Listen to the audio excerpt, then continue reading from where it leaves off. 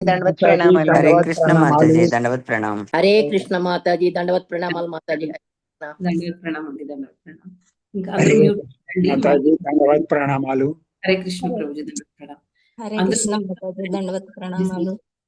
హరే కృష్ణ అందరూ మ్యూట్ లో ఉండండి ఇంకా हरे స్టార్ట్ చేద్దాం ఓం అజ్ఞానతిమిరంధస్య జ్ఞానాంజనాశలాకయ చక్షురున్మిలితం येन తస్మై శ్రీ గురవే నమః నమో విష్ణుపాదాయ కృష్ణప్రస్థాయ భూతలే శ్రీమతే భక్తి వేదాంత స్వామి నితి నామినే నమస్తే సారస్వతే దేవే గౌరవాణి ప్రచారిణే నిర్విశేష శూన్యవాది పాశ్చాత్య దేశతారిణే జయ శ్రీ కృష్ణ చైతన్య ప్రభు నిత్యానంద श्री अद्वैता गदाधरा श्रीवासादि गौरभक्त वृंदा हरे कृष्णा कृष्णा कृष्णा हरे हरे हरे राम राम राम हरे हरे मूकं करोति वाचालं भङ्गुं लङ्घयते गिरिं यत्कृपातमहं वन्दे श्रीगुरुं दीनतारिणं परमानन्दमाधवं श्रीचैतन्य ईश्वरम्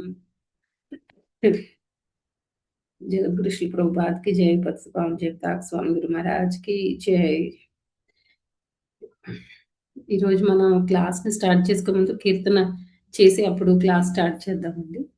జయ రాధ మాధవ కుంజ బిహారీ జయ రాధ మాధవ కుంజ బిహారీ జయ గోపీ జన వల్లభ गिरिवरधारी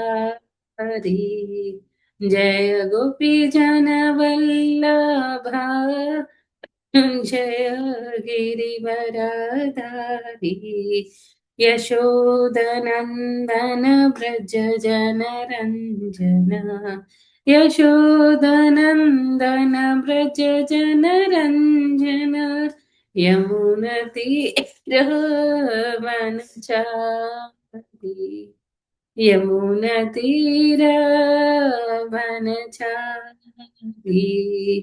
हरे कृष्ण कृष्ण कृष्ण हरे हरे हरे राम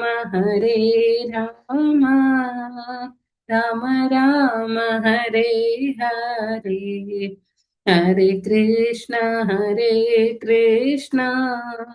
कृष्ण कृष्ण हरे हरे हरे राम राम राम हरे हरे हरे कृष्ण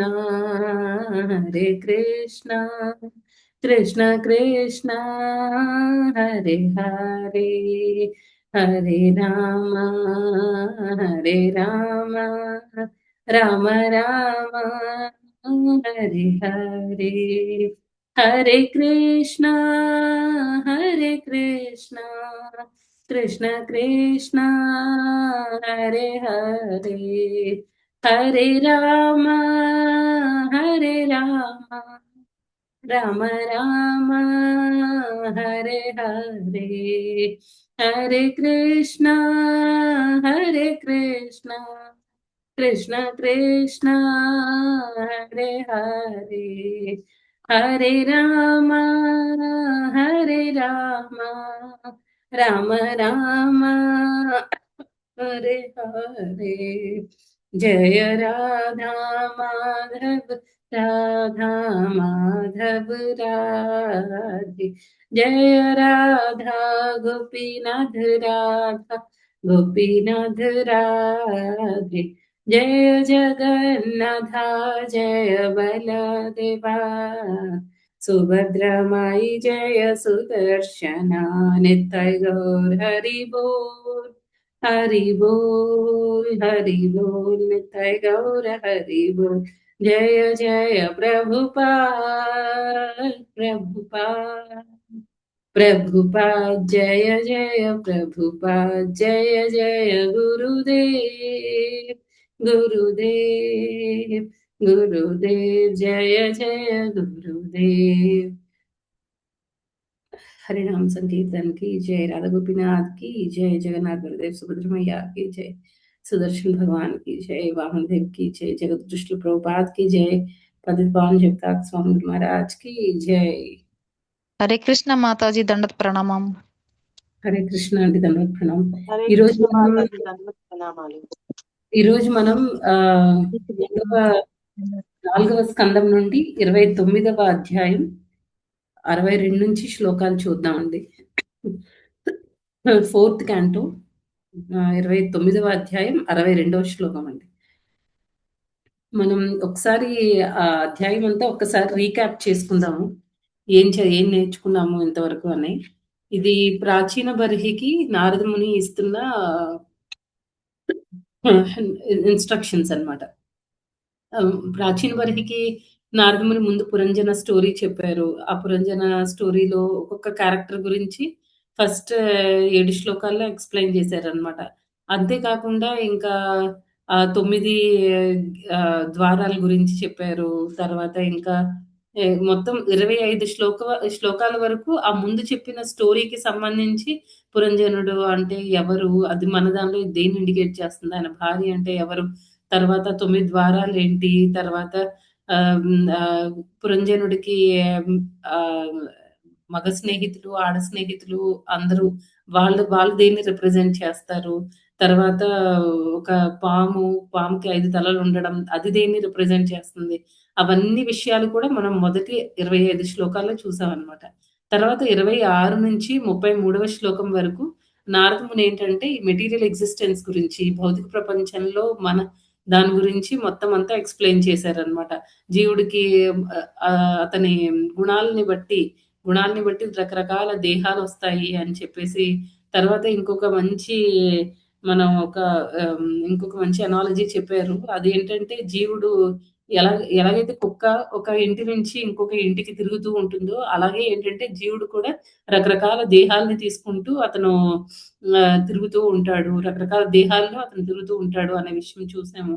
తర్వాత 34 నుంచి 41 వరకు ఏంటంటే నారదుడు భక్తి గురించి. అయితే మనం ఇలాగ జీవుడు రకరకాల దేహాల్లో తిరిగితే ప్రాబ్లం ఏంటి, దాని నుంచి మనం ఎలా బయటపడాలి అనే విషయం గురించి 34 నుంచి 41 వరకు చెప్పారనమాట. అంటే ఏంటి, ఎలా బయటపడాలి, సొల్యూషన్ ఏంటి అంటే భక్తి అన్నమాట. భక్తి మార్గాన్ని ఎంచుకుంటే మనం ఈ రకరకాల దేహాలు తీసుకోవాల్సిన అవసరం జీవుడికి ఉండదు అనే విషయం నారద ముని చెప్పారు 34 నుంచి 41 వరకు. నెక్స్ట్ 42 నుంచి 55 శ్లోకాల వరకు చూసుకుంటే నారద ముని అక్కడ ఏంటంటే ప్రాచీన బర్హికి చెప్తున్నారనమాట. ఈ వేదిక్ రిచువల్స్ ఉంటాయి కదా, అంటే కర్మకాండ ప్రాసెస్లు అవన్నీ, జ్ఞానులు కర్ముల గురించి, తర్వాత ఈ వేదిక్ రిచువల్స్ అన్ని ఫాలో అవ్వడం వల్ల మనకి దానివల్ల మనం అంటే ముందు చెప్పుకున్నాం కదా, జీవుడు రకరకాల దేహాల్లో తీసుకుంటూ ఉంటాడు అని, దాన్ని మనం బ్రేక్ చేయడానికి అవ్వదన్నమాట. ఇంకా మనల్ని బంధింపజేసేటట్టు చేస్తాయి ఈ కర్మకాండ ప్రాసెస్లు ఇవన్నీ.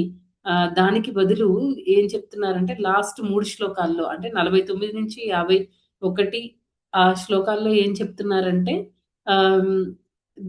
మనం రకరకాల దేహాల్లోకి ఈ కర్మకాండ ప్రాసెస్లు అవన్నీ ఫాలో అవ్వకుండా రకరకాల దేహాలు మనకి రాకుండా ఉండాలి అని అంటే భక్తి మార్గాన్ని ఎంచుకోవాలి. భగవంతుడి ప్రీత్యర్థం మనం కర్మలన్నీ కూడా చేయాలి. మన భోగ తృప్తి కోసం, మన ఇంద్రియ తృప్తి, మన భోగ ప్రవృత్తి అవన్నీ వదలాలి అని విషయం 42 నుంచి 55 శ్లోకాల్లో చెప్పారనమాట.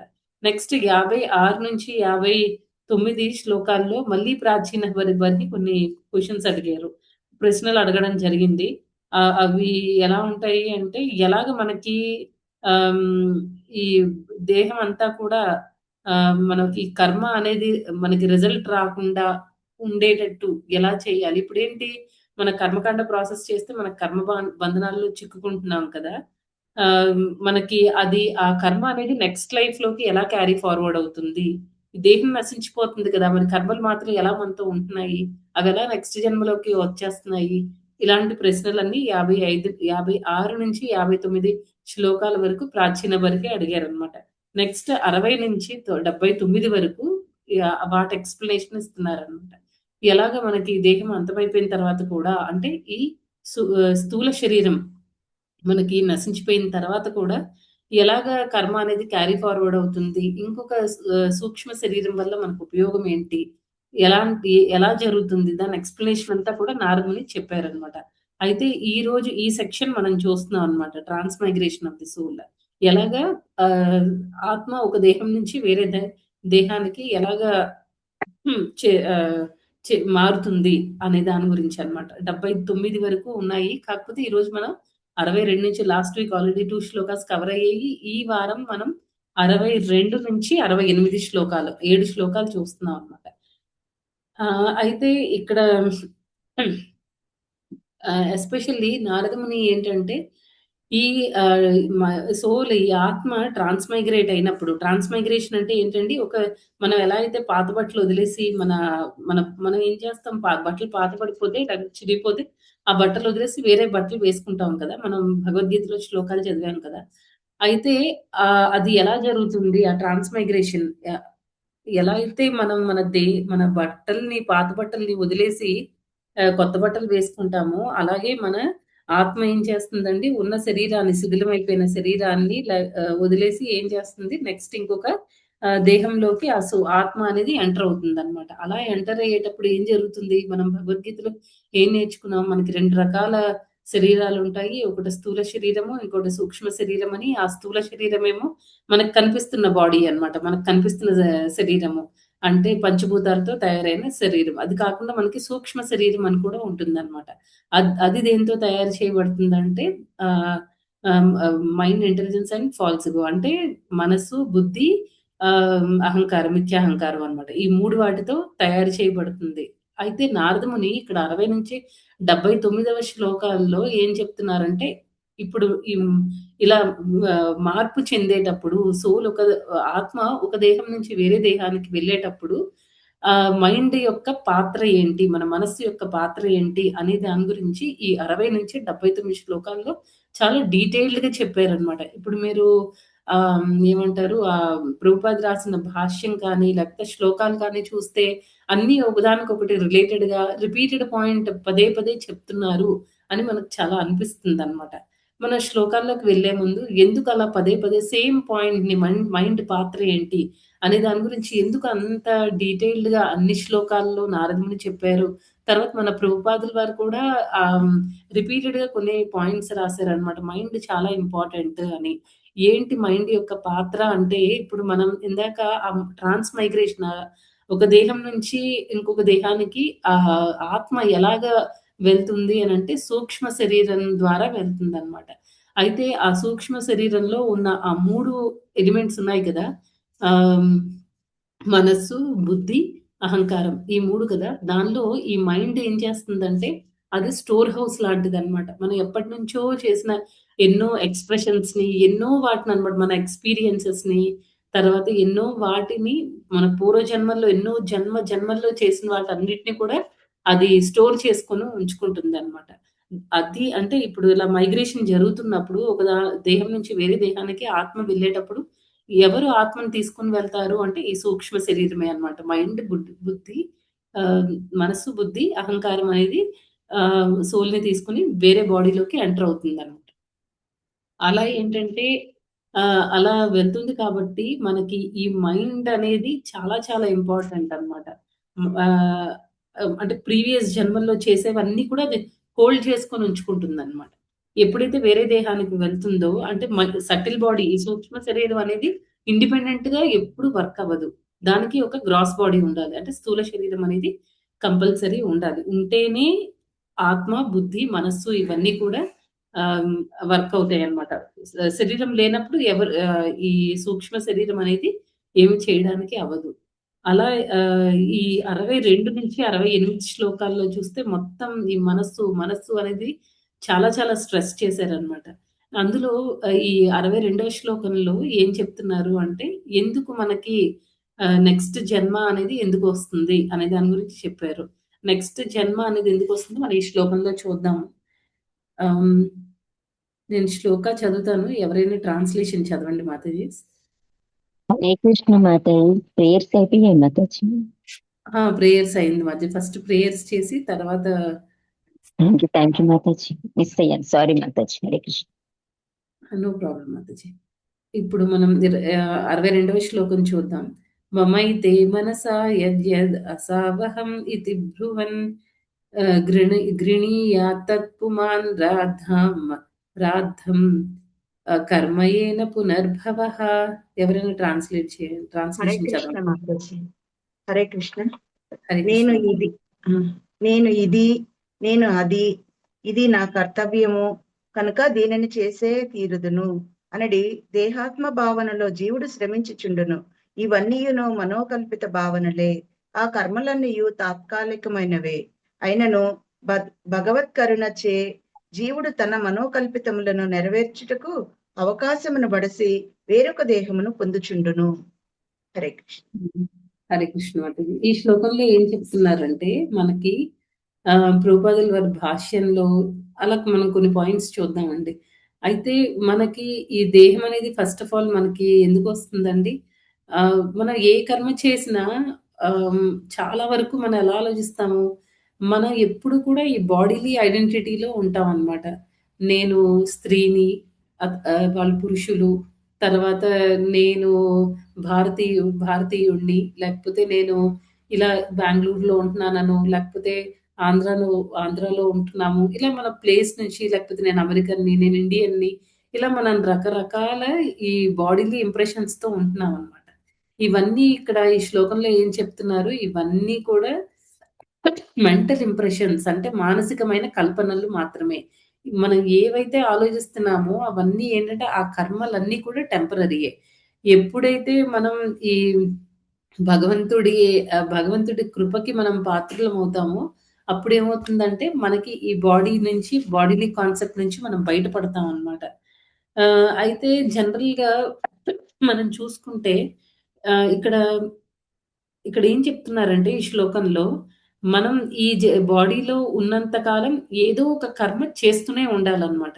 ఏదో ఒక యాక్టివిటీ చేస్తూ ఉంటాం. దానివల్ల ఏమవుతుంది? మనం చేసిన ప్రతి కర్మకి కూడా మనకి రిజల్ట్ అనేది వస్తూ ఉంటుంది. ఆ రిజల్ట్‌ని పట్టుకొని మనం ఏం చేయాలి? ఈ సటిల్ బాడీ ఏమో మనం ఇందాక చెప్పుకున్నాం కదా! ఈ సటిల్ బాడీలో ఆహ్, ఆహ్, మైండ్ ఇంటెలిజెన్స్, ఫాల్స్ ఇగో అనేవి ఏం చేస్తాయంటే మనం చేసిన యాక్టివిటీస్ రిజల్ట్స్ అన్నిటిని కూడా, అంటే మనకి కొన్ని అంటారు కదా బుద్ధులు. కొంతమంది చాలా చిన్నప్పటి నుంచి చాలా మంచిగా ప్రవర్తిస్తూ ఉంటారు. కొంతమందేమో చిన్నప్పటి నుంచే చాలా హింసా ప్రవృత్తితో ఉంటారు. కొంతమందేమో చాలా చిన్నప్పటి నుంచి చాలా బాగా పాడగలుగుతారు. కొంతమందేమో ఎంత ట్రై చేసినా అస్సలు పాడలేరు. ఒక ట్యూన్ ఇస్తే ఇంకో ట్యూన్‌లో పాడుతూ ఉంటారు. ఇవన్నీ ఎందుకు జరుగుతున్నాయి అనంటే, మనం పూర్వజన్మలో చేసిన కర్మలు అన్నీ కూడా ఈ సటిల్ బాడీ ఆహ్, దాని రిజల్ట్స్‌ని ఇది అక్యుములేట్ చేసుకొని ఉందన్నమాట. ఎప్పుడైతే దానికి వేరే బాడీ దొరుకుతుందో, మన ప్రీవియస్ ఇంప్రెషన్స్‌తో మనం ఈ జన్మలో ప్రవర్తిస్తూ ఉంటామన్నమాట. అది ఇక్కడ. మనకి ఏంటంటే, ఈ మనం ప్రీవియస్ జన్మలో ఎలాంటి బుద్ధులతో ఉన్నామో, దాన్ని బట్టి మనం ఈ జన్మ అనేది కంటిన్యూ అవుతుందనమాట. అలా ఏంటంటే, మనకి కొంతమందికి ఏంటంటే కొన్ని కోరికలు ఉండిపోతాయి. లేకపోతే ఏవో ప్లానింగ్ చేసుకుంటారు ప్రీవియస్ జన్మలో. లైక్ ఒకసారి ప్రభుపాద్ మనకి చాలా సార్లు మనం క్లాస్‌లో విన్నాము. అది చాలా మంచి ఎగ్జాంపుల్. అతను ఆహ్ ఒక పేషెంట్ ఒక డాక్టర్‌ని అడుగుతాడనమాట. ఇంక చచ్చిపోబోతూ ఉంటాడు. డాక్టర్‌ని అడుగుతాడు, "డాక్టర్ గారు నాకొక్క 4 ఇయర్స్ నన్ను బతికించండి. నాకు కొన్ని ప్లానింగ్స్ ఉన్నాయి. అవన్నీ నేనింక ఆ ప్లాన్ అంతా కూడా నేను ఎగ్జిక్యూట్ చేసుకుంటాను. ఆ ప్లాన్‌లన్నీ కంప్లీట్ చేసుకొని నేను చేయాల్సిన పనులన్నీ కంప్లీట్ చేసుకొని అప్పుడు నేను ఈ దేహాన్ని వదిలేస్తాను" అని అంటున్నారు. అంటే ఏంటి? అతనికి ఇంకా కొన్నాళ్ళు బతకాలి అనే కోరిక ఎందుకుంది అంటే, అతని ప్లానింగ్ అంతా కంప్లీట్ అవ్వలేదనమాట. అలాగే ఏంటంటే, మన ప్రీవియస్ జన్మలో కూడా మనకి కొంత ఏవో ప్లానింగ్‌లు చేసుకొని ఉన్నామనమాట. అవన్నీ కొంతమంది 70% కంప్లీట్ చేసుండొచ్చు. కొంతమంది 100% కంప్లీట్ అయిపోయి ఉండొచ్చు. కొంతమందికి 10% అలా కంప్లీట్ అయ్యి ఉండొచ్చనమాట. మనకేంటి మనం చేసుకున్న ప్లాన్‌లు ఇంకా కంప్లీట్ అవ్వలేదు. సపోజ్ ఎవరికో ఒకళ్ళకి కార్ కొనాలనుకున్నారు. లేకపోతే ఆహ్, ఫ్లైట్‌లో ఫ్లైట్ ఉంది. లేకపోతే ఓన్‌గా ఒక హెలికాప్టర్ కొనుక్కోవాలనుకున్నారు. ఇవన్నీ ఏంటంటే రకరకాల కోరికలు, దానికేవో ప్లానింగ్ చేసుకున్నారనమాట. ఇన్ని ఇయర్స్‌లో నేను ఇంత డబ్బులు అవసరము, అలా ఏవో ప్లానింగ్ చేసుకుంటారు కదండీ! బడ్జెట్ అంతా పెట్టుకొని. అయితే ఏమైంది, ఫుల్‌ఫిల్ అవ్వలేదనమాట. కంప్లీట్ అవ్వలేదు అవన్నీ. అవ్వకపోతే ఏమవుతుంది, ఆ ఇంప్రెషన్స్ అన్నీ కూడా మైండ్‌లో స్టోర్ అయిపోతాయన్నమాట. వాళ్ళు ప్లానింగ్ అంతాను. దానికోసం ఏమవుతుందంటే, ఎప్పుడైతే ఇవన్నీ మైండ్ అనేది సటిల్ బాడీకి సంబంధించింది కాబట్టి, ఈ సూక్ష్మ శరీరం సూక్ష్మ శరీరం, ఆత్మ వేరే బాడీలోకి, శరీరంలోకి వెళ్ళినప్పుడు, స్థూల శరీరంలోకి వెళ్ళినప్పుడు, అప్పుడు దాన్ని బట్టి అంటే ముందు జన్మలో వాళ్ళకవి మిగిలిపోయి ఉన్నది కదా! కోరికలు కొన్ని ఉండిపోయాయి గదా! దాన్ని బట్టి దానికి తగినట్టు ఈ జన్మలో కర్మలన్నీ చేస్తూ ఉంటారనమాట. చేసి మధ్యలో ఆపేసినవన్నీ కంటిన్యూ చేసుకుంటూ ఉంటారు. అలా అంటే ఇక్కడ మనకి హ్మ్.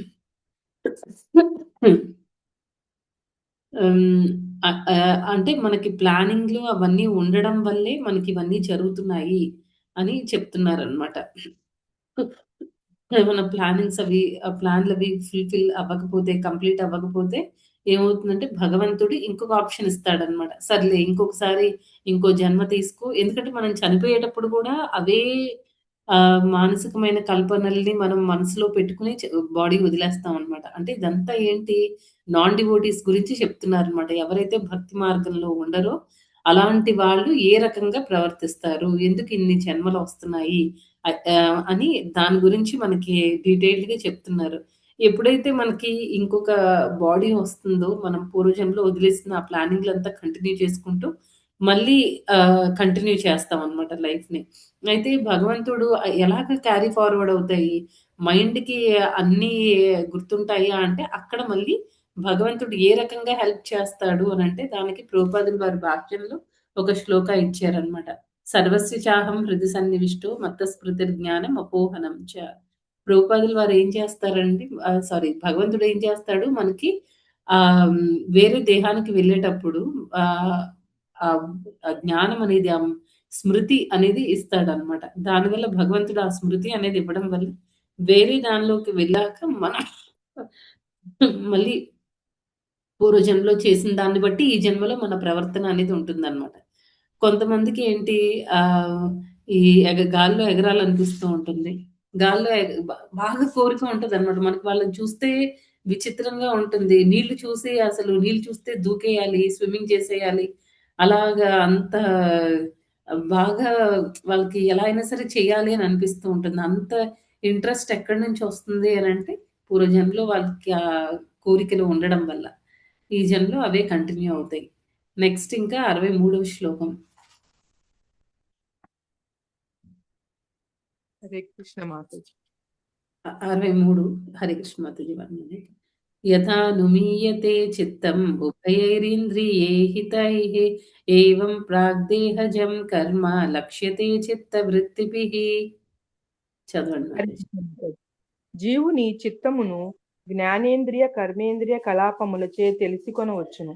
అదే విధముగా మనుజుని చిత్తమును బట్టి అతని పూర్వజన్మ స్థితిని అవగతము చేసుకొనవచ్చును. ఆ! Thank you Mataji. హరే కృష్ణ మాతాజీ. ఇక్కడ భాష్యంలో ప్రభుపాదులు వారు ఒక మంచి పాయింట్ చెప్పారండి. English proverb the face is the index of the mind. మనం మనసులో ఏం ఆలోచిస్తున్నాం అనేది మన మొహం చూస్తే చెప్పొచ్చు అని అంటారు కదండీ! అది ప్రభుపాదులు వారి భాష్యంలో ఫస్ట్ పాయింట్‌గా పెట్టారనమాట. ఎందుకంటే దానికి ప్రభుపాదులు వారు రకరకాల ఎగ్జాంపుల్స్ ఇచ్చారు.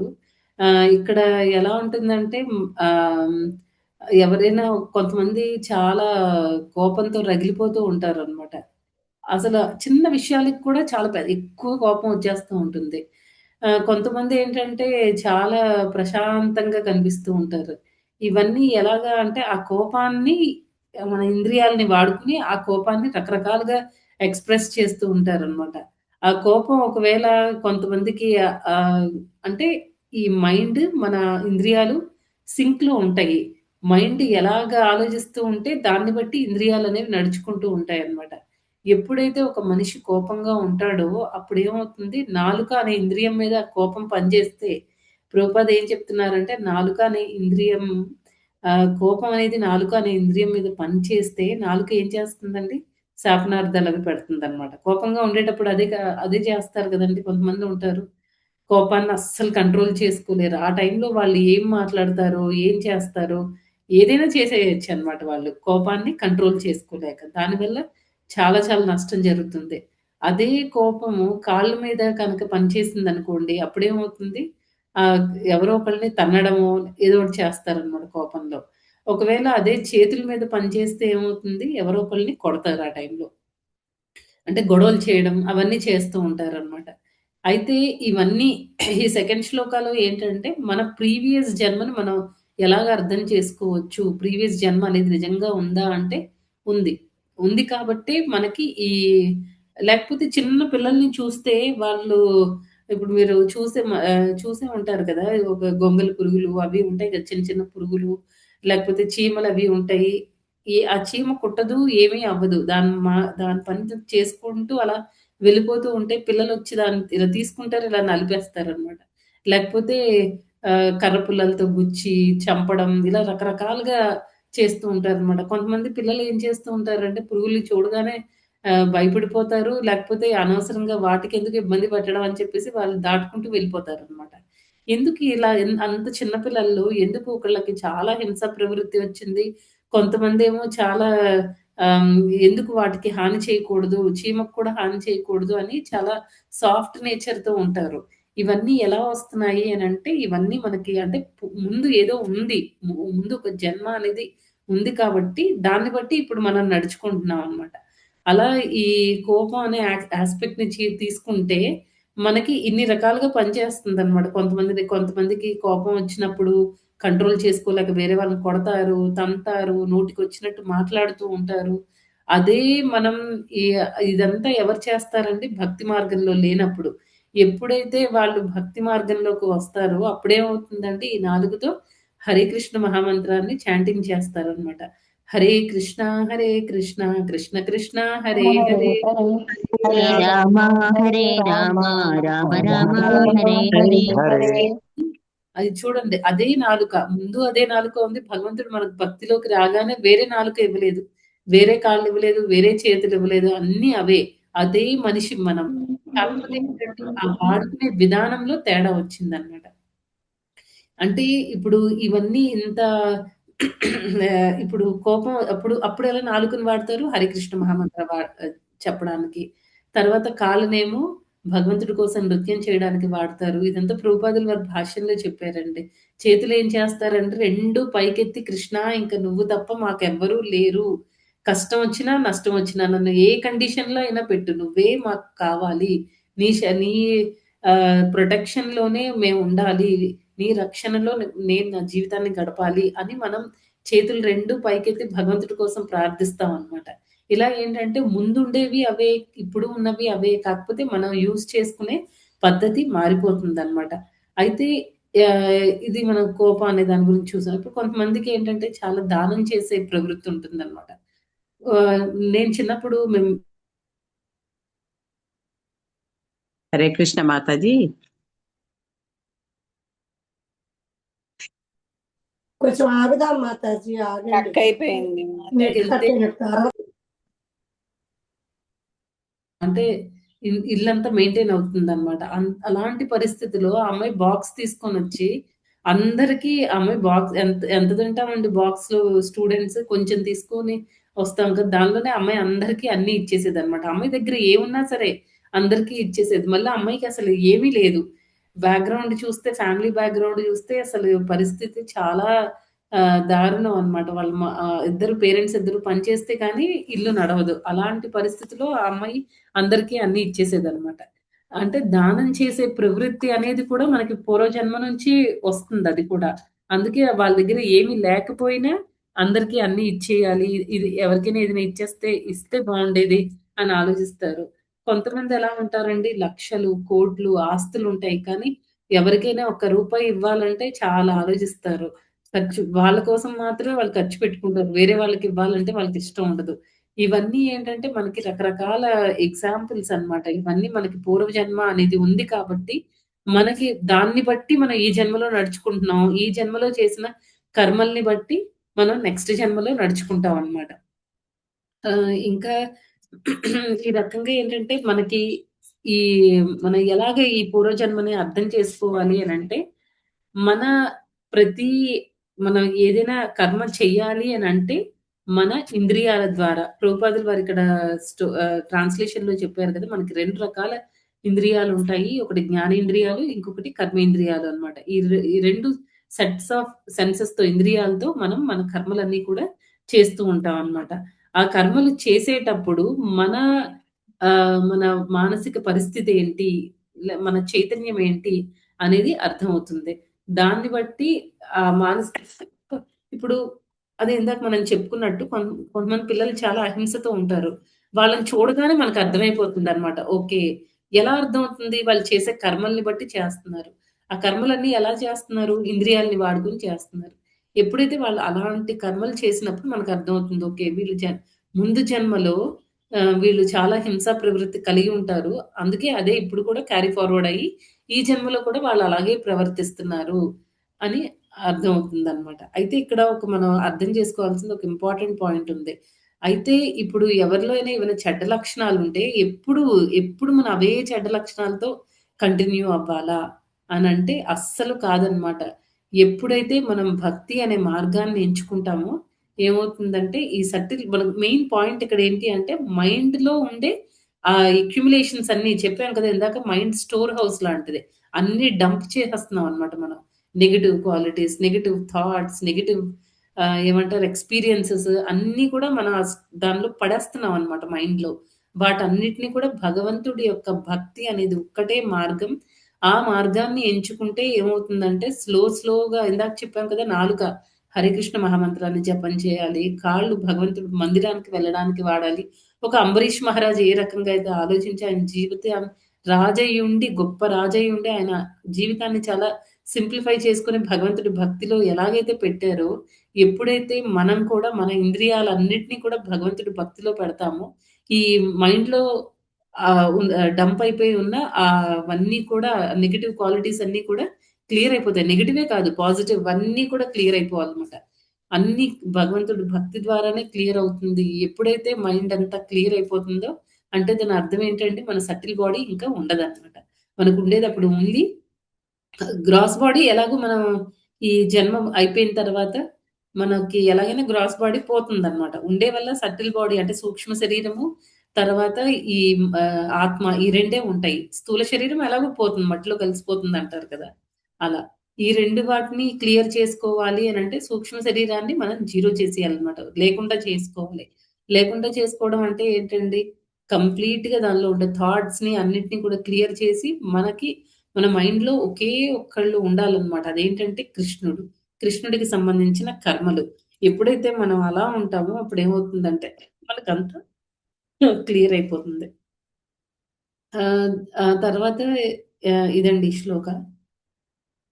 నేను చదువుతాను. ఇంకొక మంచి పాయింట్ ఏంటంటే, మనం భగవద్గీతలో నేర్చుకున్నాం కదండీ!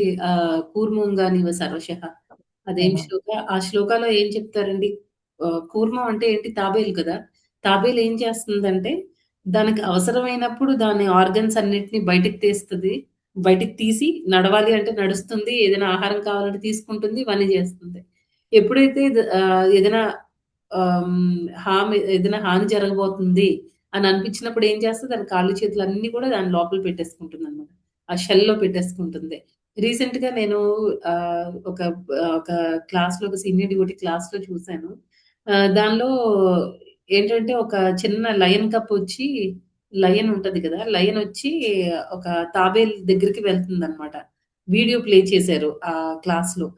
ఆహ్, అది ఎప్పుడైతే లయన్ దగ్గరికొస్తుందో వెంటనే ఈ తాబేలు ఏం చేస్తుందంటే దాని లింబ్స్ అన్నిటిని కూడా దాని కాళ్ళు, చేతులన్నీ ఉంటాయి కదా! అన్నీ లోపల దాచేసుకుంటుంది. దాచుకుంటే చాలా సేపనమాట. అది చిన్న లయన్ పెద్దది కాదు. కప్పది. లయన్ పిల్ల. అదేం చేస్తదంటే ఒకసారి ఇటు, ఒకసారి అటు తిప్పింది. చాలా సార్లు దాని మీద కొట్టింది. ఎన్ని చేసినా సరే దానికి అంటే ఏమి ఎలా ఉందంటే తాబేలు అలాగా స్టిల్ అలా లోపల అలా ఉండిపోయిందంతే. మనం జనరల్‌గా ఎలా ఆలోచిస్తామంటే నాకు తెలీదు. ఆ వీడియో చూసాకే నాకు తెలిసింది. పైన మాత్రమే షెల్ ఉంటుంది. వెనక పక్క సాఫ్ట్‌గా ఉంటుంది కదా! ఇప్పుడు ఈ సింహం పిల్ల అటు తిప్పింది కదా! ఈ తాబేలుని.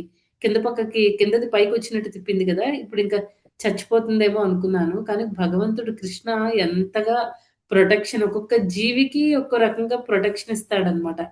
దాన్ని ఎలా వాడుకుంటాం అనేది మన చేతుల్లో పెట్టేసాడు మళ్ళీ. అయితే అది వెనక పక్క కూడా ఆ షెల్ అనేది ఉంటుందన్నమాట. గట్టిగా ఉంటుంది. అక్కడ కొట్టిన టక్ టక్ అనే సౌండ్ వస్తుంది తప్ప సాఫ్ట్ మెటీరియల్ ఏం లేదక్కడ. దాని కాళ్ళు, చేతులు అవేమి తగలవు.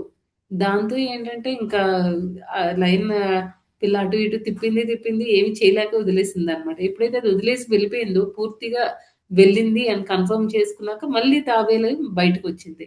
ఆ కాళ్ళు, చేతులన్నీ బయటికి తీసింది. అలాగే భక్తులు కూడా ఏంటంటే భగవంతుడు భక్తి అనే ప్రొటెక్షన్‌లో మనం ఉన్నామనమాట. కాబట్టి అక్కడ మనకి అవసరమైనప్పుడు అంటే భగవంతుడి గురించి ఏదైనా డిస్కషన్ జరుగుతున్నప్పుడు మనం భగవంతుడి గురించి తెలుసుకోవాలి అనే ఆ ఉత్సాహం అనేది మనకుండాలి.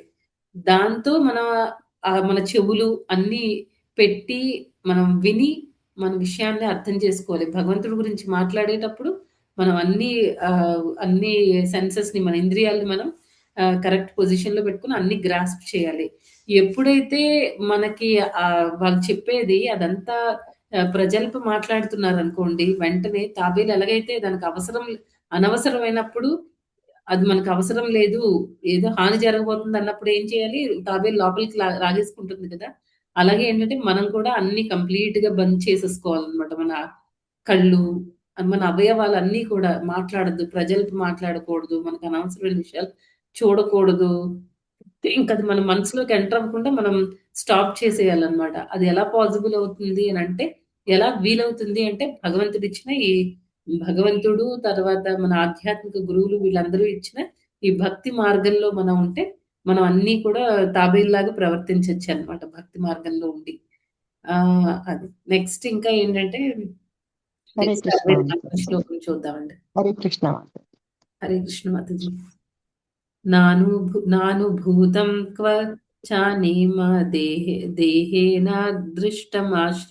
అశ్రుతం కదాచిద్ ఉపలభ్యేత యద్రూపం యాదృగాత్మని. హరే కృష్ణ మాతాజీ. హరే కృష్ణ. దండవత్ ప్రణామాలండి. ప్రస్తుత జన్మలో కనీవిని ఎరుగని విషయము కొన్ని మార్లు అకస్మాత్తుగా అనుభూతమగుచుండును. కొన్ని మార్లు అట్టి విషయములను మనము స్వప్నమునందు కాంచుచుందుము. Thank you Mataji. హరే కృష్ణ.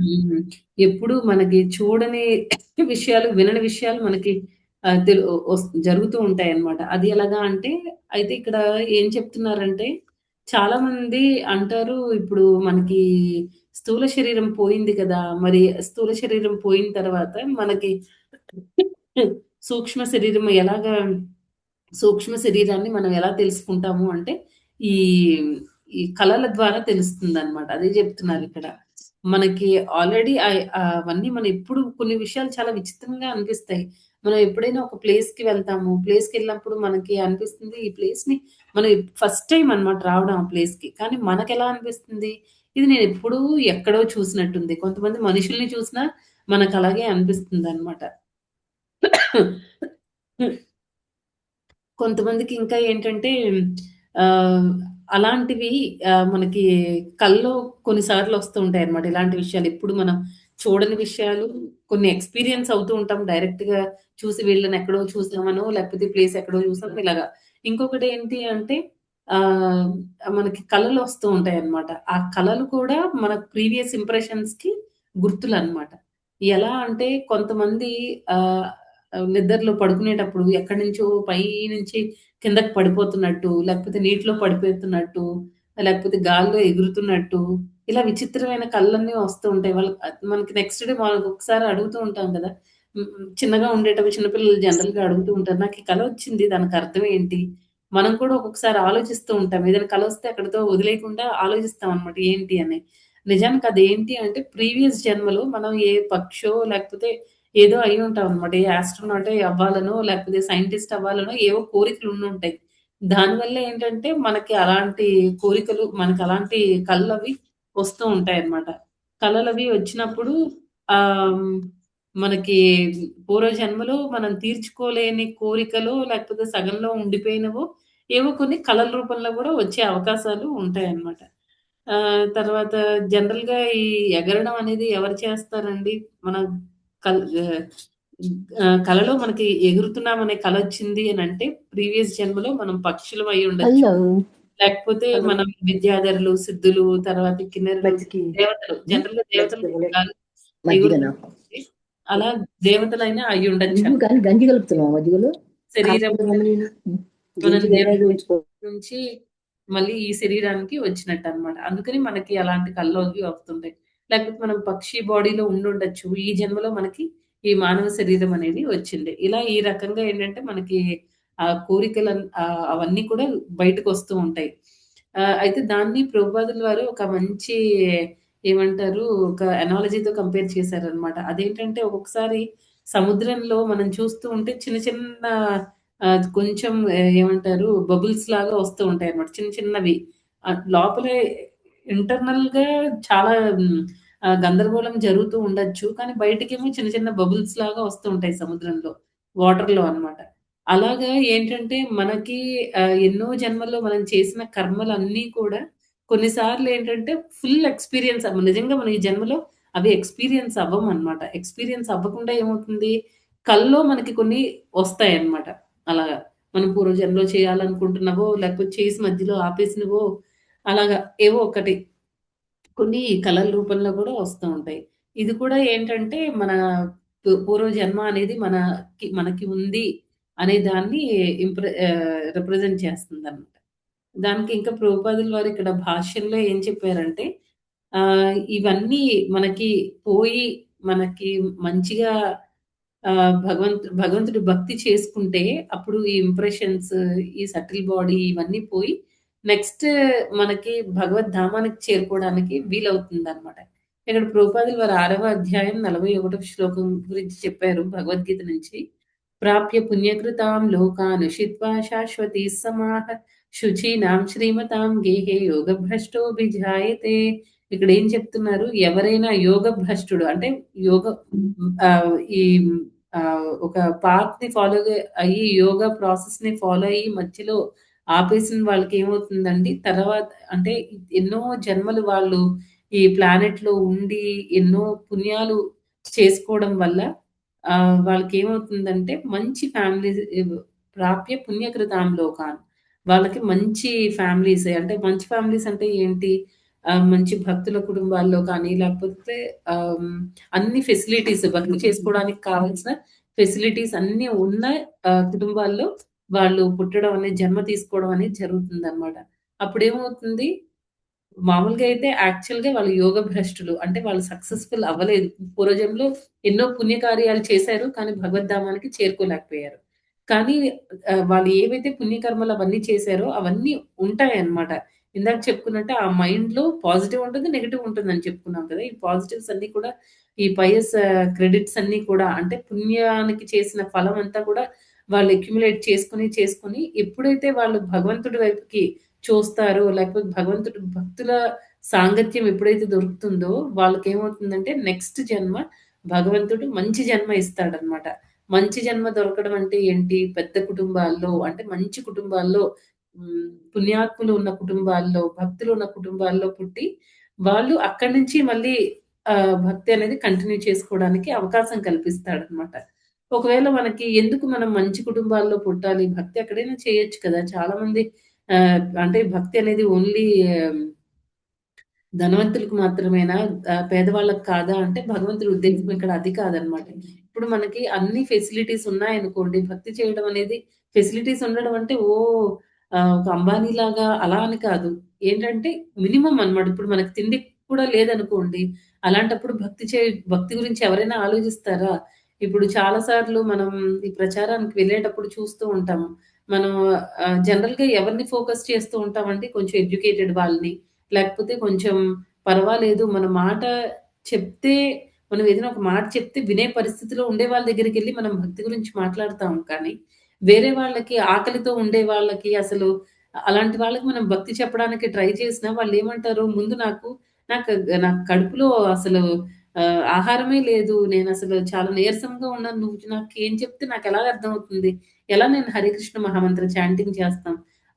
అలాంటి వాళ్ళని కూడా మనం చూస్తూ ఉంటాం కదా! ఇవన్నీ ఏంటంటే భగవంతుడు మనకి మంచి అవకాశాలు ఇస్తాడన్నమాట. మనం భక్తి చేయాలి అనుకునేటప్పుడు. మనం భగవంతుడిచ్చే అవకాశాల్ని మనం గ్రాబ్ చేసుకోవాలి. వెంటనే తీసుకోవాలన్నమాట. అప్పుడేమవుతుంది మన ఇంప్రెషన్స్ పూర్వజన్మ నుంచి వచ్చిన ఇంప్రెషన్స్ అన్నీ పోయి చక్కగా మనం భక్తిలో ముందుకి వెళ్ళి భగవద్ధామానికి చేరుకోగలుగుతాం. అది ఈ 64వ శ్లోకం. నెక్స్ట్ 65.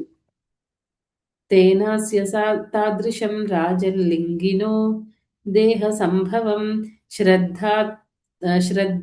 శ్రద్ధత్స్వాననుభూతో అర్థో న మనస్ప్రస్తుం అర్హతి. ఎవరైనా చదవండి మాతాజీ. హరే కృష్ణ. నేను చదవనా మాతాజీ? చదవండి మాతాజీ. ఓ రాజా, కనుకనే లింగదేహము కలిగిన జీవుడు గత జన్మ వలన అనేక రకముల ఆలోచనలను భావనలను పెంపొందించుకొనను. ఇది నిశ్చయమని ఎరుగుము. గత జన్మమున అనుభూతిని బడయనిదే దేనిని గూర్చి ఆలోచించడం సాధ్యము కాదు. హరే కృష్ణ.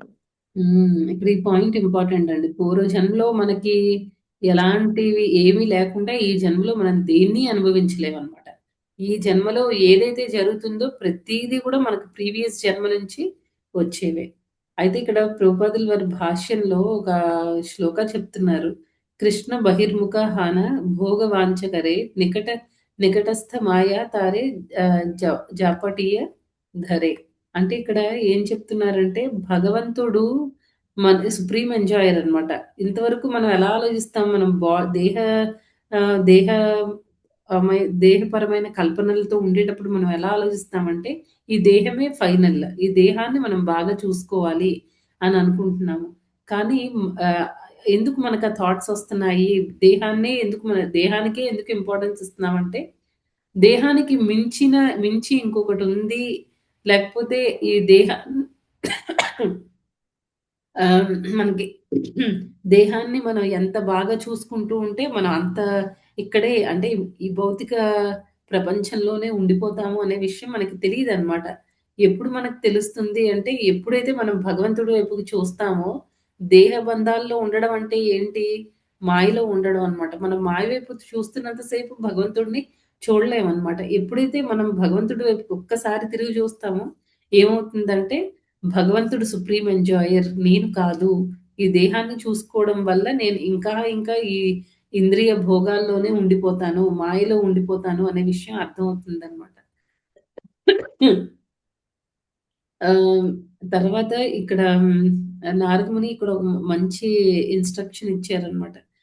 ఇక్కడ జరిగే ప్రతిదీ కూడా మన ప్రీవియస్ ఇంప్రెషన్స్ నుంచి జరుగుతున్నాయి. దాన్ని మనం ఎలాగా జన్మది కాదు, ఎన్నో జన్మల్లో ఉండేవన్నీ, ఎన్నో జన్మల్లో మన ఇంప్రెషన్స్ ని, మన అనుభవాల్ని అన్నిటినీ కూడా మనం పోగు చేసుకొని ఉంచుకుంటున్నాం అనమాట. కాబట్టి అవన్నీ కూడా మన కోరికలు అవ్వచ్చు, మన అనుభవాలు ఎన్నో ఆ మైండ్ లో ఉండిపోయాయి. వీటన్నిటిని కూడా పోగొట్టుకోవాలి అని అంటే ఏం చెప్తున్నారంటే చైతన్య మహాప్రభు ఇచ్చిన మార్గం ఏంటి? జీవేర స్వరూపపోయి కృష్ణేర నిత్యదాస్. మనం భగవంతుడి యొక్క సేవకులము అనే విషయాన్ని అర్థం చేసుకోవాలన్నమాట. ఆ విషయం అర్థం చేయాలి అని అంటే ఏమవ్వాలి? మనం బాగా భక్తి అనేది చేయాలి. ఎప్పుడైతే మనకి భక్తి చేస్తామో మన ఆత్మ అనేది శుద్ధపడుతుంది, మనం లిబరేట్ అవుతాం అన్నమాట. మోక్షానికి ఎలిజిబిలిటీ సంపాదించుకుంటాం. రూపగోస్వామి ఏం చెప్తున్నారండి భక్తి రసామృత సింధులో? ఈహాయస్య హరేర్దాస్యే కర్మణ మనసాగిర నిఖిలాస్వపి అవస్థాసు జీవన్ముక్తస్స ఉచ్యతే. ఎవరైతే మనస వాచ కర్మణ భగవంతుడికి భక్తితో సేవ చేస్తారో అలాంటి వాళ్ళకి ఏమవుతుందంటే వాళ్ళు ఈ భౌతిక జీవనం నుంచి మనం ముక్తిని సాధించగలుగుతాం అన్నమాట. అంటే ఏంటి? మన మైండ్ లిబరేట్ అవుతుంది, మన దేహం మోక్షాన్ని సంపాదించుకుంటుంది. ఈవెన్ మన మాటల్లో కూడా తేడా వస్తుంది అనమాట.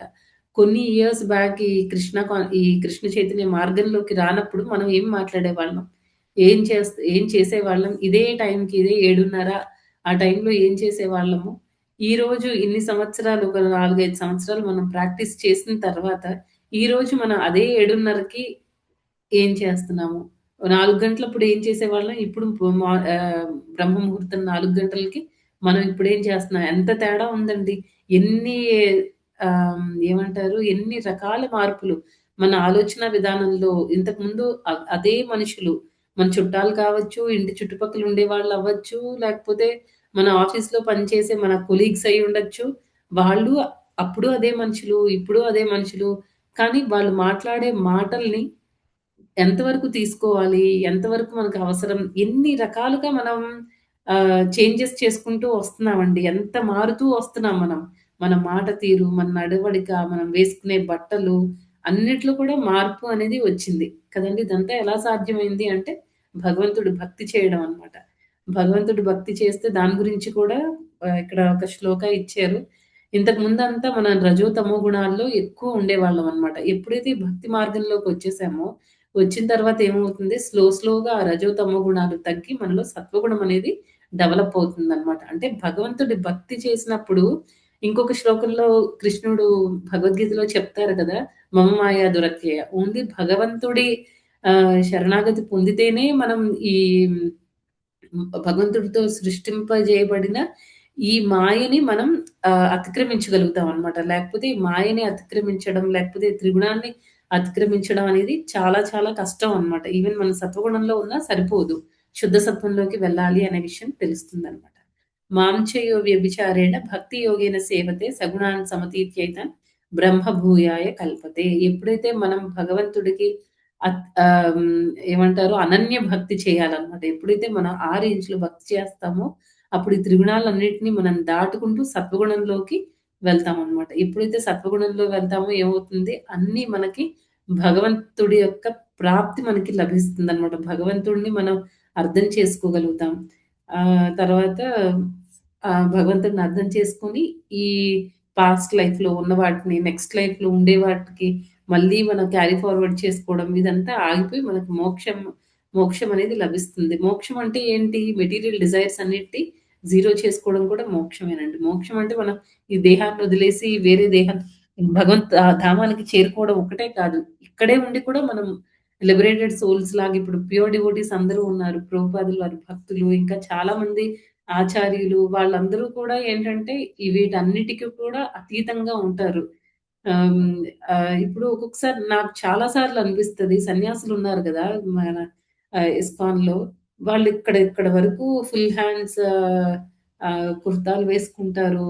తర్వాత మన గురు మహారాజ్ అంటే ఆధ్యాత్మిక గురువులు ఎవరినైనా చూసుకుంటే మెడలో ఎక్కువ పువ్వులుంటాయి. తర్వాత ఏవేవో అన్నీ చాలా చాలా వేసుకొని ఉంటారు గదా! అవన్నీ వాళ్ళకి ఇప్పుడు మామూలుగా వింటర్ సీజన్‌లో లేకపోతే రెయినీ సీజన్‌లో ఓకే. వర్షాకాలం లేకపోతే చలికాలాల్లో ఓకే. ఎండాకాలం వచ్చినప్పుడు వాళ్ళు అవన్నీ వేసుకొని ఎలాగా ఉంటారు అని నాకు చాలా సార్లు అనిపిచ్చేది. కానీ ఫస్ట్‌లో అనిపిచ్చేది. తర్వాత నాకు ఇప్పుడు నాకు అర్థమవుతుంది ఏంటంటే వాళ్ళు ఈ బాడీలీ ప్లాట్‌ఫార్మ్‌లో ఉండరు. అందుకే వాళ్ళకి ఉక్కపోత అవన్నీ అనిపిచ్చదనమాట.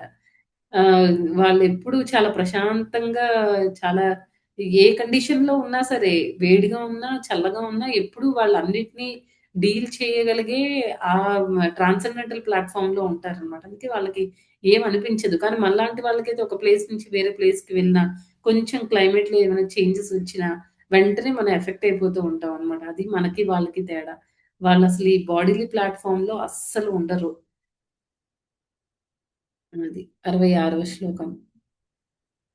మన ఏవ మనుష్యస్య పూర్వరూపాని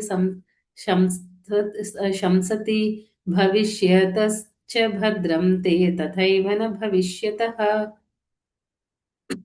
ట్రాన్స్లేషన్. డివోటీస్ ఎవరైనా చదవండి. మాతాజీ చదవండి ప్రభుజీ. హరే కృష్ణ. రాజా నీకు శుభమగుగాక.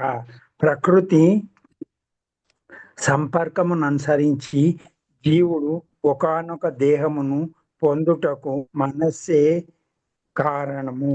మనిషి యొక్క మానసిక స్థితిని బట్టి గతమున అతడెట్టి జన్మను పొందిండెను, భవిష్యత్తునందు ఎటువంటి జన్మము పొందుచున్నాడో తెలుసుకొనవచ్చును. ఈ విధముగా మన మనస్సే భూత భవిష్యత్తులలో జన్మలను సూచించుచున్నది. హరే కృష్ణ మాతాజీ. హరే కృష్ణ ప్రభుజీ. అయితే ఇక్కడ మళ్ళీ మనకి మనస్సు అనే ఈ శ్లోకాలన్నిట్లో కూడా మనసు గురించే చదువుతున్నాం అన్నమాట. మనకి రకరకాల ప్రీవియస్ జన్మ నుంచి ఈ జన్మకి మనకి అంటే మనకి ఈ బాడీ వచ్చింది, మన కోరికలు ఇవన్నీ ఇలా ఉన్నాయంటే దానికి కారణం మనస్సు. మళ్ళీ ఈ జన్మ నుంచి మళ్ళీ నెక్స్ట్ జన్మకి బ్రిడ్జ్ ఎవరండి? అది అప్పుడు కూడా మనస్సే అన్నమాట. అంటే ఈ మనస్సుని మనం దేంతో ఫిల్ చేస్తున్నాము అనేది చాలా ఇంపార్టెంట్. మనస్సుని దేంతో ఫిల్ చేయడం అంటే దాని అర్థం ఏంటి? ఈ జన్మలో మనం ఎలాంటి కర్మలు చేస్తున్నాం? అయిపోయిందేదో అయిపోయింది. ప్రీవియస్ జన్మల్లో మనం ఎన్నో చేసాం. అదంతా మనకు తెలీదు. కదండీ! అయిపోయింది కాబట్టి మళ్ళీ దాన్ని మనం ప్రీవియస్ జన్మలో జరిగిన వాటిని మార్చలేం కాబట్టి ఆహ్, హ్మ్, ఆహ్, ఏంటంటే ఈ జన్మలో మనం ఏం చేస్తున్నాము అనేది ఇంపార్టెంట్. అయితే ఇక్కడ ప్రభుపాదుల వారు ఏం చెప్తున్నారంటే, కొంతమంది చిన్నప్పటి నుంచి చిన్న పిల్లలు చాలా భక్తిలో చాలా ఫార్వర్డ్‌గా ఉంటారనమాట.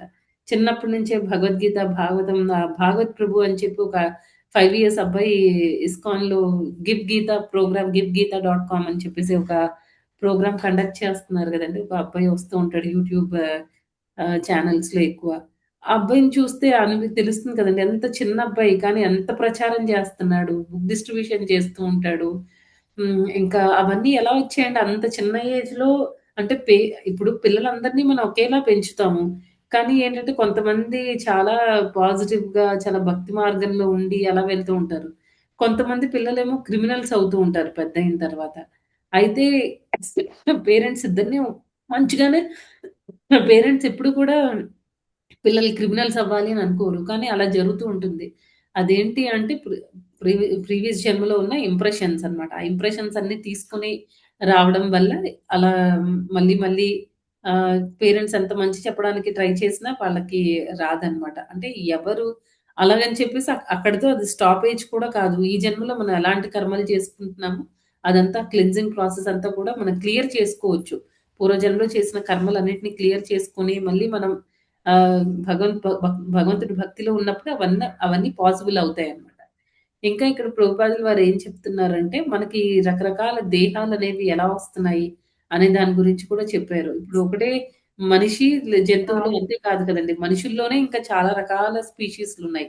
అలాగే జంతువులంటే ఓన్లీ ల్యాండ్ మీద తిరిగే జంతువులు కాదు. వాటర్‌లో ఉండేవని, ఎగిరేవి, తర్వాత చెట్లు ఇవన్నీ కూడా రకరకాల బాడీస్ అన్నీ ఉన్నాయన్నమాట. మొత్తం 84 లాక్ స్పీషీస్ ఉన్నాయని మనం చాలా సార్లు భగవద్గీతలో అక్కడ చదువుకున్నాం. అయితే రకరకాలవన్నీ ఎలా వస్తాయి అనంటే దానికి భగవద్గీతలో 14.18 ఊర్ధ్వం గచ్చంతి సత్వస్థా మధ్యే తిష్టంతి రాజసాః జఘన్య గుణవృత్తిస్థా అధో గచ్చంతి తామసాః ఎవరైతే ఆహ్, సత్వగుణంలో ఉన్నారో వాళ్ళు స్వర్గలోకాలకు వెళ్తారు. ఎవరైతే రజోగుణంలో ఉన్నారో వాళ్ళు ఈ భూలోకంలో ఉంటారు. ఎవరైతే తమో గుణంలో ఉన్నారో వాళ్ళు ఇంకా నరకలోకాలకి వెళ్ళిపోతారనమాట. అందుకే ఏం చేయాలండి మన కర్మలు ఎప్పుడూ కూడా మనం మంచి కర్మలు చేసుకోవాలి. వీటన్నిటిని కూడా అన్ని లోకాలు ఏ లోకం తీసుకున్నా అన్ని మెటీరియల్ వరల్డే. అన్ని భౌతిక ప్రపంచాలే. వాటిలో ఉన్నంత మాత్రాన ఓకే నేను స్వర్గంలోకి వెళ్తాను. అక్కడ నేను హ్యాపీగా ఉండొచ్చు అని అనుకోవడానికి లేదు. అక్కడ కూడా మనకి టైమ్ లిమిట్ అనేది ఉంటుంది. ఆ టైమ్ లిమిట్ వరకే ఉండాలి. ఎప్పుడైతే మన పుణ్యమంతా మనం అనుభవించేస్తూ ఉంటాం కదా! ఎంజాయ్ చేసి, చేసి అనుభవించేస్తాం కాబట్టి ఆ పుణ్యం అంతా పోతుంది. అప్పుడేమవుతుంది మనకింకా మళ్ళీ నెక్స్ట్ ఇంకొక జన్మ అనేది వస్తుందనమాట. దానికి బదులు ఇక్కడ ఏం చెప్తున్నారంటే నారదముని ఏం చెప్తున్నారంటే, ఈ భక్తి మార్గాన్ని ఎంచుకోండి. భక్తి మార్గాన్ని ఎంచుకున్నప్పుడు మనకి ఈ సఫరింగ్స్, ఎంజాయ్‌మెంట్‌లు ఇవన్నీ ఉండవనమాట. ఇవన్నీ ఉండకుండా మనకి ఆ మెంటల్ ప్లాట్‌ఫార్మ్‌లో మానసిక కల్పన అనే దానిలో ఉండకుండా మనం భగవంతుడి భక్తి అనే దానిలోకి వస్తామనమాట. అది చెప్తున్నారు. నెక్స్ట్ శ్లోక అండి 67. అదృష్టం అశ్రుతం చాత్ర క్వచిన్మనసి దృశ్యతే యథా తథానుమంతవ్యం దేశకాలక క్రియాశ్రయం. ఈ జీవితమున ఏనాడును అనుభూతము కానట్టివి లేదా గాంచినట్టివి అయిన విషయములను మనము స్వప్నమునందు గాంచవచ్చును. కానీ ఆ సంఘటనలన్నీ వివిధ కాలములలో, దేశములలో, పరిస్థితులలో అనుభూతమైనట్టివే అయిచున్నవి. హరే కృష్ణ. ఇక్కడ ఇంకా ఏం చెప్తున్నారంటే కొన్నేమో మన ప్రీవియస్ జన్మలో అంటే మన మైండ్‌లో అక్యుములేట్ అయిపోయినవన్నీ కొన్ని ఎలా వస్తాయండి వేరే బాడీ తీసుకుంటాము. మన ముందు జన్మలో ఉన్న మన అనుభవాల్ని బట్టి మనం మళ్ళీ అలాంటి యాక్టివిటీస్ చేసుకుంటూ మన ప్లానింగ్‌లు అవన్నీ ఈ జన్మలో కంప్లీట్ చేసుకుంటూ అలా వెళ్తాం. ఇదొక యాస్పెక్ట్ అన్నమాట. ఇంకొక రకం ఏంటి అంటే కలలు. కొన్నేంటి మనం కొన్ని చూస్తాము. ఆ ఇంప్రెషన్స్ అవన్నీ అలా మైండ్‌లో ఉండిపోతాయన్నమాట. ఇప్పుడు ఎందుకు మనకి అలాంటి ఇంప్రెషన్స్ అన్నీ ఉండిపోతాయి, నెగెటివ్ అయినా పాజిటివ్ అంటే మన అనుభవాలని బట్టి అవన్నీ ఉండిపోతాయి అన్నమాట. ప్రతీదీ మన ఎక్స్పీరియన్స్ అవ్వము. కొన్నేమో డ్రీమ్స్‌లో వచ్చి కంప్లీట్ అయిపోతూ ఉంటాయి. ఆ డ్రీమ్స్‌లో వచ్చేవి ఎలా ఉంటాయి అంటే దానికి ప్రభుపాదుల వారు కొన్ని మంచి ఎగ్జాంపుల్స్ ఇచ్చారు. కొంతమందికేమో ఈ ఆహ్, కొంతమందికి కొండలు, ఇందాక మనం చెప్పుకున్నట్టు కొన్ని విచిత్రమైన ప్లేసెస్, ఎప్పుడు అవెక్కడ ఉండకపోవచ్చు కూడా. అవి ఎక్కడ మనం ముందు జన్మలో కూడా చూసుండము. కానీ మన మానసిక కల్పన. ఆహ్, కొంతమంది అంటూ ఉంటారు కదా! నాకు ఒక మంచి ఇల్లు ఉండాలి. ఆ ఇంటి ముందేమో ఒక చిన్న నది ప్రవహిస్తూ ఉండాలి. ఆ ఇంటి మీదంతా ఫుల్‌గా మొక్కలు అవన్నీ ఉండాలి. ఏదో సీనరీ చూపిస్తున్నట్టు చెప్తారనమాట.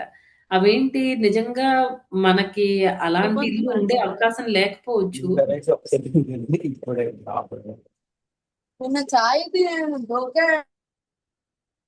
మనకి నిజానికి అలా అలాంటి ఇల్లు కట్టుకునే స్తోమత ఉండకపోవచ్చు, లేతే అవకాశం లేకపోవచ్చు. కానీ అవి మాత్రం మనకుంటాయి. అప్పుడేమవుతుందంటే మనకు అవే కల్లోకొస్తాయన్నమాట. అంటే మనకలా అలా అలా జరిగితే బావుండేది. అలా ఉంటే బావుండేది. కొంతమంది ఏవో సైన్స్ ఫిక్షన్ స్టోరీస్ అవి చూస్తూ ఉంటారు. 'హ్యారీ పాటర్' లాంటి స్టోరీస్ చూసారనుకోండి. ఆ స్టోరీస్‌లో ఏమవుతుందంటే 'హ్యారీ పాటర్' ఏమో ఒక చీపురుంటుంది. చీపురు మీద కూర్చుంటాడు. ఆ చీపురు గాలిలో తీసుకొని ఎళ్ళిపోతూ ఉంటది. లేకపోతే ఒక చాప మీద కూర్చుంటే ఫిక్షన్ అన్నమాట. ఇవన్నీ ఒరిజినల్ కాదు. మనకి అలా ఓహ్! ఇలా అయితే బావుండేది కదా!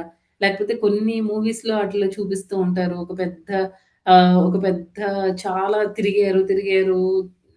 చాలా మధ్య మధ్యలో వాళ్ళు చాలా నదులు దాటారు, కొండలు దాటారు.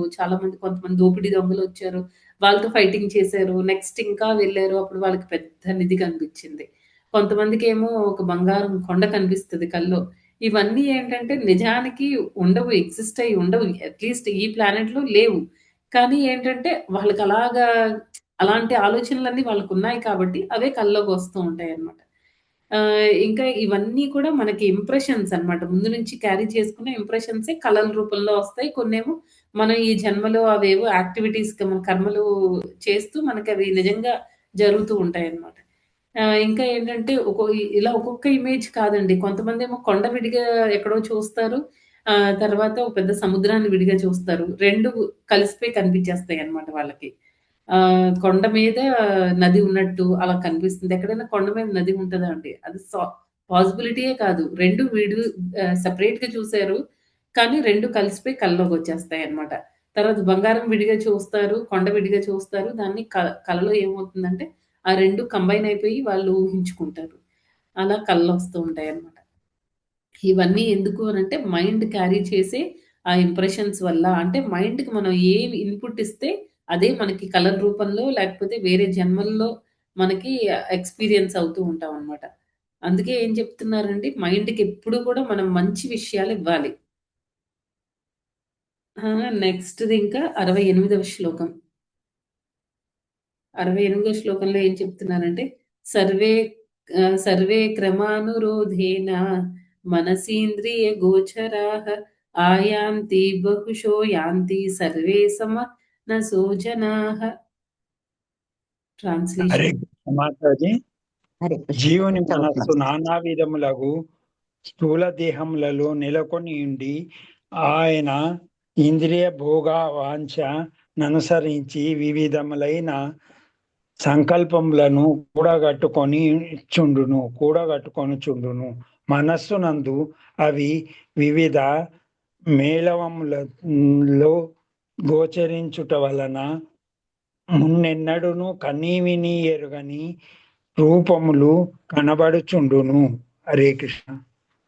హరే కృష్ణ ప్రభుజీ. ఇక్కడ ఏంటంటే కని విని ఎరుగని విషయాలు కూడా మనకి కలల రూపంలో అలా వస్తూ ఉంటాయన్నమాట. ఇంకా రకరకాల ఇందాక మనం చెప్పుకున్నట్టు ఈ మైండ్ అనేది స్టోర్ హౌస్ లాంటిది. రకరకాల ఆలోచనలు అవన్నీ స్టోర్ చేస్తుంది. రకరకాల కోరికలు, తర్వాత రకరకాల అనుభవాలు ఇవన్నీ కూడా స్టోర్ చేసుకొని ఉంచుకుంటుంది. దాన్ని బట్టి మనకి నెక్స్ట్ బాడీస్ వస్తాయని, తర్వాత మన ఆలోచనలు అన్నీ దానికి తగినట్టుగానే ఉంటాయన్నమాట. అయితే ఇక్కడ ప్రభుపాదుల వారి భాష్యంలో ఏం చెప్తున్నారంటే ఇప్పుడు దాన్ని ఎలాగ కంపేర్ చేస్తున్నారంటే, ఇప్పుడు రంగస్థలం ఉందనుకోండి, మన మైండ్ కూడా ఒక రంగస్థలం లాంటిదంట. ఏమవుతుందంటే రంగస్థలంలో చాలా స్టేజ్ మీదకి చాలామంది యాక్టర్స్ వస్తూ ఉంటారు. వాళ్ళ పాత్ర వాళ్ళు పోషిస్తారు, వెళ్ళిపోతారు. వస్తూ ఉంటారు, పోతూ ఉంటారు. అలా అవుతూ ఉంటుంది కదా! అలాగే మన మైండ్‌లో కూడా ఏంటంటే రకరకాల జ్ఞాపకాలు, విషయాలు, అనుభవాలు, తర్వాత ఇవన్నీ కూడా స్టేజ్ మీద ఆర్టిస్ట్‌లు ఎలాగైతే వచ్చి వెళ్ళిపోతూ ఉంటారో, మన అనుభవాలు కూడా అలా మైండ్‌లో అలా ఫ్లాష్ అవుతూ ఉంటాయి. కొన్ని ఏమో రూపంలో కలల రూపంలో బయటపడతాయి. కొన్నేమో మనం చేసే పనుల్లో కనిపిస్తూ ఉంటుందనమాట. ఓహో! అదే మనం చేసే పనిని బట్టి మన ప్రీవియస్ జన్మ ఏంటి అనేది చెప్పేయొచ్చు. తర్వాత అయితే ఇవన్నీ మనం ఎందుకు రకరకాల యాక్టివిటీస్, ఈ అనుభవాల్ని ఇవన్నీ మైండ్‌లో పెట్టుకుంటామంటే మన కోరికల వల్ల అనమాట.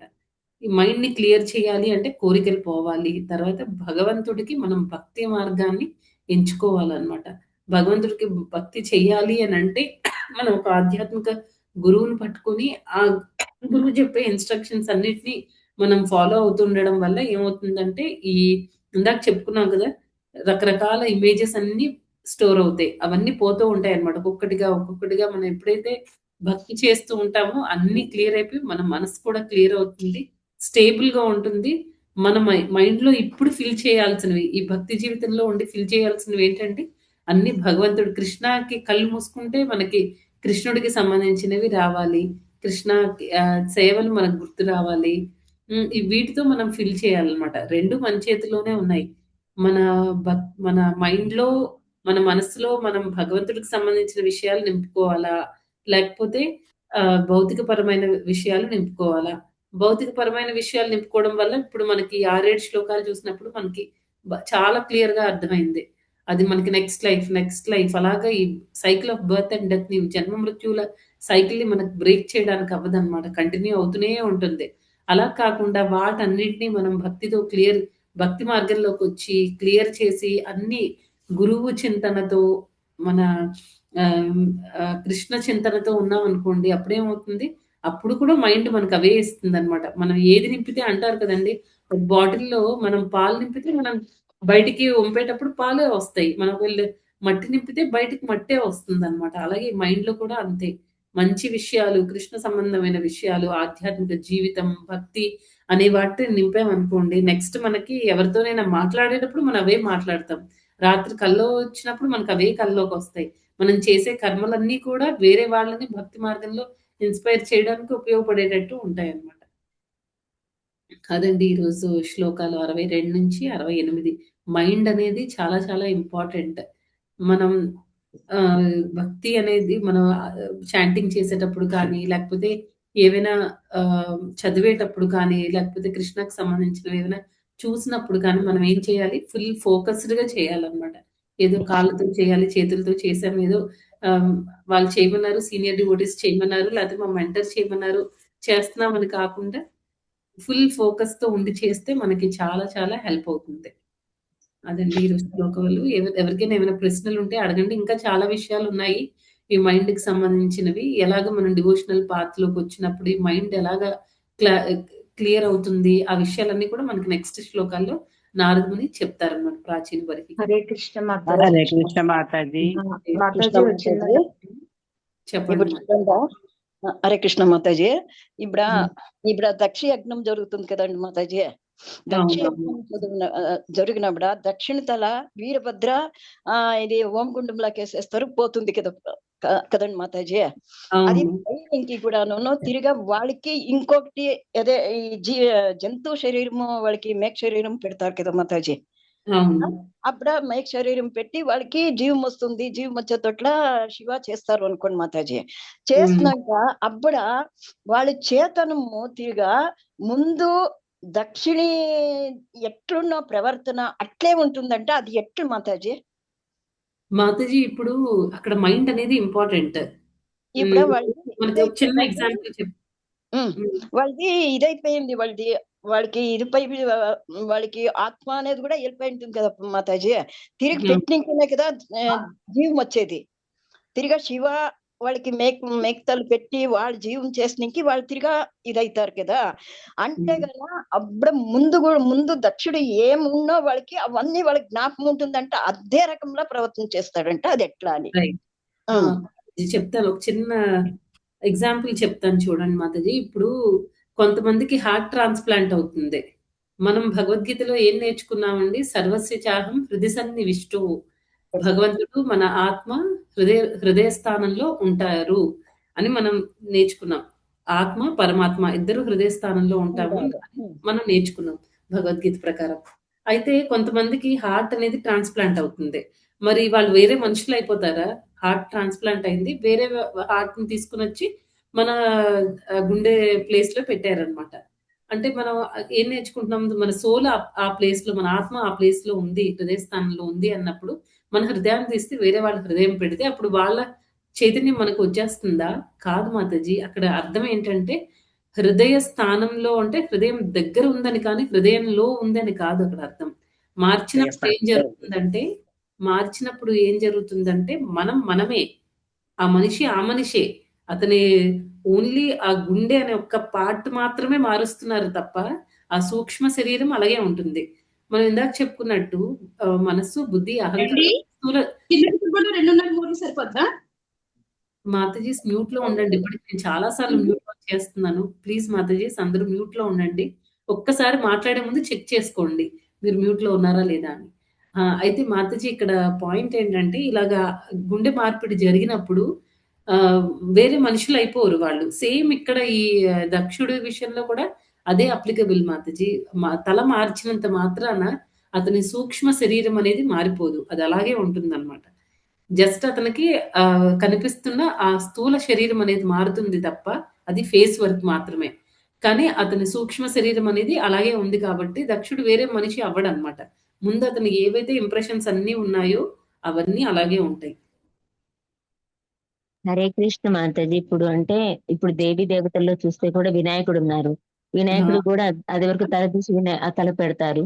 అయితే కొన్ని సందర్భాలలో మాతాజీ, ఇప్పుడు నిన్న మొన్న క్లాస్ లో విన్నాం ఏంటంటే కొంతమందికి ఇలా సర్జరీస్ లాంటివి చేసినప్పుడు కొన్నాళ్ళు ఆ ఇంప్రెషన్స్ అని వాళ్ళు ప్రవర్తిస్తారు, స్లోగా అవి వెళ్ళిపోతాయి అని చెప్పి ఆ వాసన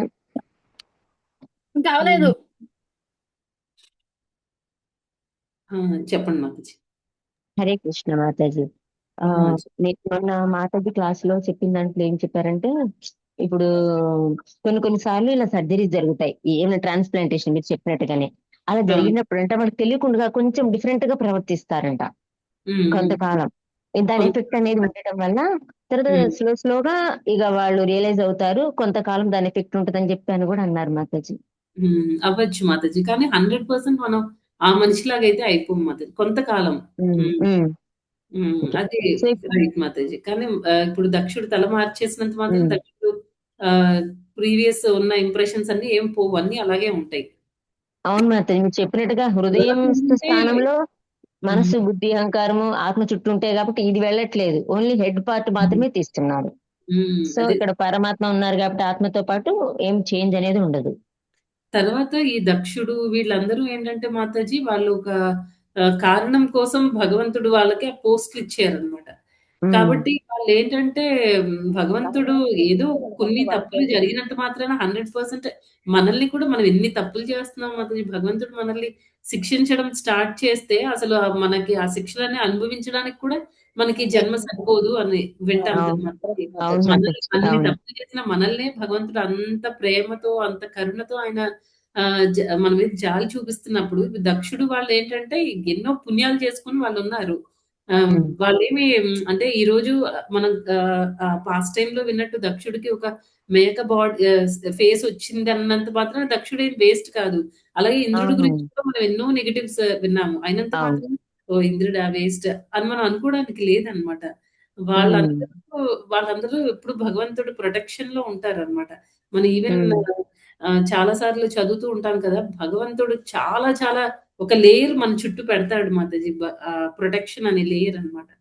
మనకి ప్రపంచంలో అవంతా సాధ్యం లేదు కదండి మాతాజీ, ఈ భౌతిక ప్రపంచంలో అవంతా సాధ్యం లేదనండ.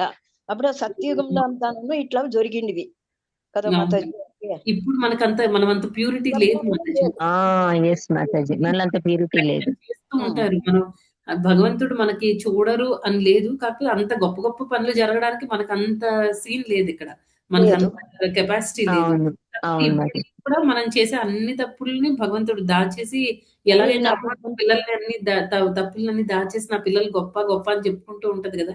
ఎందుకలా చెప్తూ ఉంటారు? పదే పదే మంచోళ్ళు అంటే ఆ క్వాలిటీస్ డెవలప్ చేసుకుంటాం. ఇప్పుడు చెడ్డ పిల్లలు ఏదో తప్పు చేశారనుకోండి పిల్లలు, చేశాడు అనంటే అది వాళ్ళ నేచర్ అయిపోతుందన్నమాట. ఇంకెప్పుడు మా అమ్మ అంది కదా నేను చెడ్డవాడినని, అదే కంటిన్యూ చేద్దాం. అలాగే ఏంటంటే భగవంతుడు కూడా ఏంటంటే మనం ఎన్ని చేసినా ఆయన మనల్ని కవర్ చేస్తూ ఉంటాడు. మళ్ళీ పిల్లల్ని కవర్ చేసినట్టు. నేను రీసెంట్‌గా ఒక ఇన్సిడెంట్ కూడా జరిగిందని చెప్పాను కదా మాతాజీ.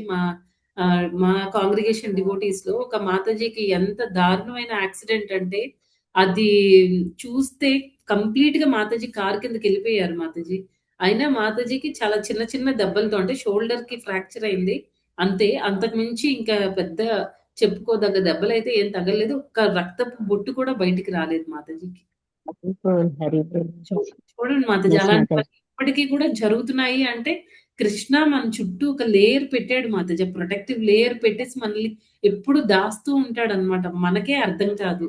అసలు ఆయన మనకి ఆయన ఇచ్చే అది తీసుకోవడానికి ఆ ఎలిజిబిలిటీ కూడా మనకు లేదు. ఆ కరుణ తీసుకోవడానికి, ఆ దయ తీసుకోవడానికి. Yes, మనం మాతాజీ. మనం అన్ని తప్పులు చేసి కలియుగంలో పుట్టిన వాళ్ళం. మనం ఎన్నో తప్పులు చేసినా భగవంతుడు మనల్ని క్షమిస్తే, ఒక దక్షుడిని లేకపోతే ఇంకా పెద్ద పెద్ద చూడండి హిరణ్యకశిపుడు వాళ్ళని కూడా భగవంతుడు ఎంత చక్కగా ఉద్ధరించాడు. ఎస్ మాతాజీ. ఇప్పుడు మా రియల్ లైఫ్ లో కూడా చాలా అలా జరిగాయి మాతాజీ. నేను కూడా ఈవెన్ యాక్సిడెంట్ లో అలా వెళ్ళిపోయాను కార్ కిందకి. కానీ టైర్ అలా ఆగిపోయింది. ఆ టైర్ అలా అట్లా నా ముందుకు వచ్చి ఆగింది మాతాజీ. నిజంగా చెప్తున్నా, ఒక 10-12 years బ్యాక్. ఏమో స్వామిలు ఆయనకి సేవ చేసుకోవడానికి, ఆయన సేవించుకోవడానికి అవకాశం ఇవ్వడం కోసం నన్ను బ్రతికించారనిపిస్తుంది మాతాజీ. అది చాలా ఎక్స్పీరియన్స్ మాతాజీ మీరు చెప్పినట్లుగానే. Thank you Mataji. హరే కృష్ణ మాతాజీ. మాతాజీ ఒక చిన్న డౌట్ ఏంటంటే, ఇప్పుడు స్థూల దేహాన్ని అయిపోయిన తర్వాత సూక్ష్మ దేహం ఉంటుంది కదా, సూక్ష్మ దేహాల్లో కూడా పరమాత్మ ఉంటారా? పరమాత్మ మనకి ఎప్పుడూ ఉంటారు మాతాజీ మనతో. మనకి గ్రాస్ బాడీ అంటే స్థూల శరీరాన్ని వదిలేసిన తర్వాత కూడా మనతో పరమాత్మ ఉంటారు. ఆ సూక్ష్మ దేహంలో కూడా పరమాత్మ ఉంటారు. అంటే ఆత్మతో కలిసి ఉంటారు అనుకోవాలి మాతాజీ. దేహంలో సూక్ష్మ శరీరంలో ఉంటారు అని కాదు, ఎప్పుడూ ఉంటారు అంతే. అంటే మనం వేరే దేహాన్ని తీసుకున్నప్పుడు మళ్ళీ వీళ్ళు అంటే ఈ ఆత్మ తర్వాత సూక్ష్మ శరీరం ఇద్దరు ఆ స్థూల శరీరంలోకి ఎంటర్ అయినప్పుడు భగవంతుడు కూడా ఉంటారు అనమాట. భగవంతుడు కూడా ఎంటర్ అవుతారు. సో మాతాజీ, ఇప్పుడు హృదయంలో మన హృదయ స్థానంలో ఆత్మ ఉంటుంది కదా, అయితే ఆత్మతో పాటు పరమాత్మ ఉంటారు అంతేగా మాతాజీ? మాతాజీ ఎప్పుడు ఆత్మతో ఎప్పుడు పరమాత్మ కూడా ఉంటారు. హృదయ స్థానంలో అంటే మొత్తం వ్యాపిస్తారు, కానీ ఆయన పలానా ప్లేస్ అంటే గనక ఆత్మతో కూడా పరమాత్మ హృదయంలో ఫిక్స్ ఉంటారు అంతేగా మాతాజీ? అవును అవును. చేతనం రూపంలో మన శరీరం అంతా వ్యాప్తి చెంది ఉంటారు. ఆయన ఆత్మ హృదయ స్థానంలో ఉంటారు. హరే కృష్ణ మాతాజీ. ఇప్పుడు దేహం వదిలినాము అంటే జీవాత్మ వెళ్ళిపోయినాడనే కదా అర్థం.